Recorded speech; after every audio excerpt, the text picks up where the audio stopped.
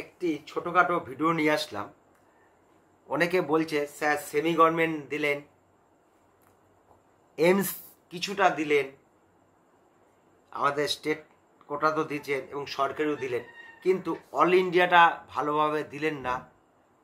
All ইন্ডিয়ায় তো ভালো সিট আছে, প্রায় 12,000 13,000 সিট আছে। আমাদের রাজ্য থেকে তো বেশ কিছু ছেলে যায়, হ্যাঁ সত্যি যায়, 80-90 জন প্রায় যায়। এদের কাট আপ বা গতবার কী গেছিল সেটা যদি বলেন, সেটা তো বলবই।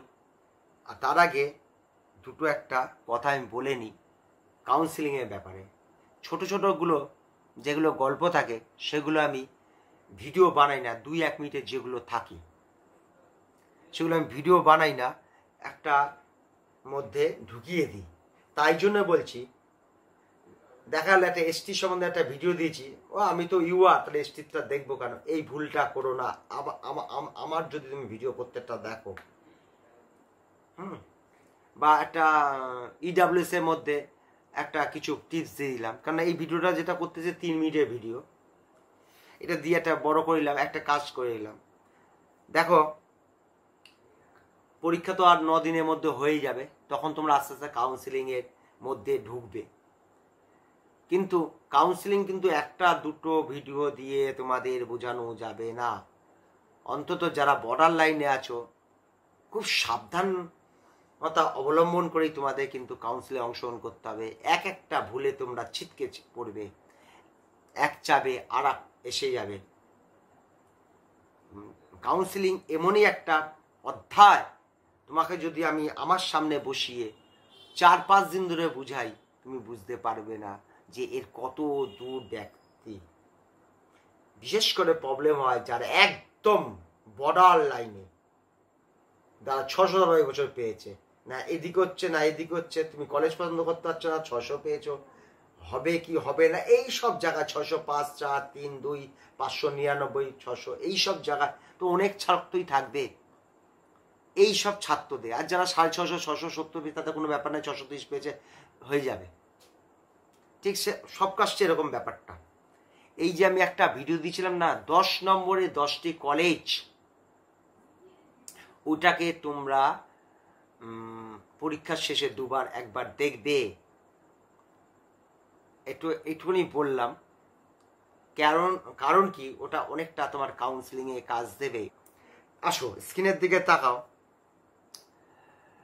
দেখো 22 সালে ইউআরদের অল ইন্ডিয়া কাট আপ গেছিল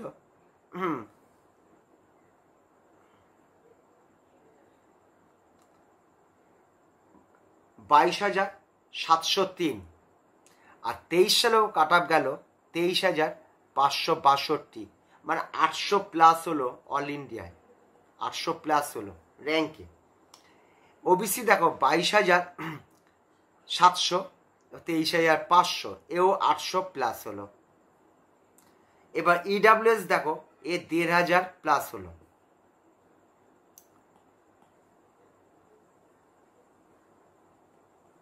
এ 1,500 অল ইন্ডিয়া র্যাঙ্ক প্লাস হলো। এটা প্রায় 6,000 প্লাস হলো, এটা প্রায় 15,000 প্লাস হলো। একটা জিনিস দেখো, আমি বলি না যে ইউআর আর ওবিসি মোটামুটি 1 নম্বর, কপাল ভালো থাকলে 1 নম্বর কম হয়। দেখো এদিকে তাকাও, 22 সালেও দেখো 1, এর মধ্যে পার্থক্য কোথায়? 1, দুটোই 610। এইদিকেও দেখো, এই যে 23 সালে 610 দেখো 1, নামেই ওবিসি আর নামেই ইউআর, এদের সব 1। আমি যখন সিট ট্রান্সফার নিয়ে তোমাদের আলোচনা করে বুঝাবো, তখন বুঝতে পারবে এ দুটো কেন 1 হয়।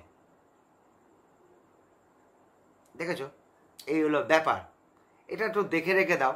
কাউন্সিলিংয়ের ব্যাপারটাই আমি মেন বলতে গেছিলাম, যে 10টা সিটের ব্যাপার কি আছে। এইগুলো জানো তো, গতবার 610 করে গেছে। এরা মোটামুটি 9,000 সিট ওপেন হবেই, শেষ পর্যন্ত গিয়ে দেখবে 9ই হবে। 9 প্রতি বছরই হয়, এবছরও হবে। আপাতত 2,000 নাম ঘোষণা করে দিয়েছে। 9 মানে ওই 50-50 হয়, 4,000 4,500 সরকারি আর প্রাইভেট হয়তো 4,500, এরকম হয়, ভাগ হবে, ওরকমই হবে।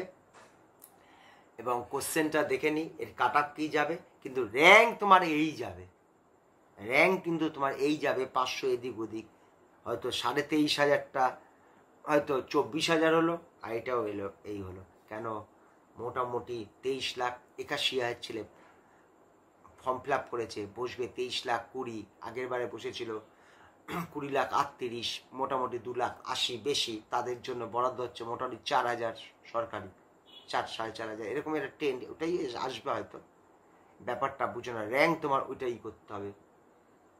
দেখ 22 সালে 650 পেয়েছিল 4800 জন ছেলে, 23 সালে প্রায় 7200 হয়ে গেল, বুঝেছো? 2:3 অনুপাত হয়ে গেল, 650 পাওয়ার অনুপাতে, মানে 22 সালে পেল 650, 48 অল ইন্ডিয়া র্যাঙ্ক, 23 সালে সেটা হয়ে গেল 7200 র্যাঙ্ক। এইবার তো হবে প্রায় 11,000 র্যাঙ্ক, 650 কিন্তু মিলিয়ে নেবে, আর 40,600 পাবে, মিলিয়ে দেখে নেবে। এবার 10,600 বাড়বে, আগের বারেই বেড়েছে 8,000, এবার 10,000, বুঝতেই পারছ ফ্যাক্টরগুলো কি। এ তো 622-23 চলে যাবে অল ইন্ডিয়া কাট আপ। আমি তখন কাট আপ বলবো না, আমি 7 তারিখ থেকে হয়তো কাট আপ দেবো, সেমি গভর্নমেন্ট দেবো, অল ইন্ডিয়া দেবো, যা যা আমাদের ভাগ আছে সবগুলোর মধ্যে দেবো, ডেন্টালও দেবো, সব দেবো। 7-8 তারিখ থেকে দেওয়া শুরু করবো। কোশ্চেনটা দেখে নিই, বুঝে নিই, এইটাই ছিল। এটা মেন কাউন্সিলিংয়ের ব্যাপারটা কিছুটা বোঝানোর চেষ্টা করেছি, এটা এর মধ্যে এমন কিছু নেই, এগুলো মনে রেখে দিও। গুড নাইট, সকলেই ভালো থেকো।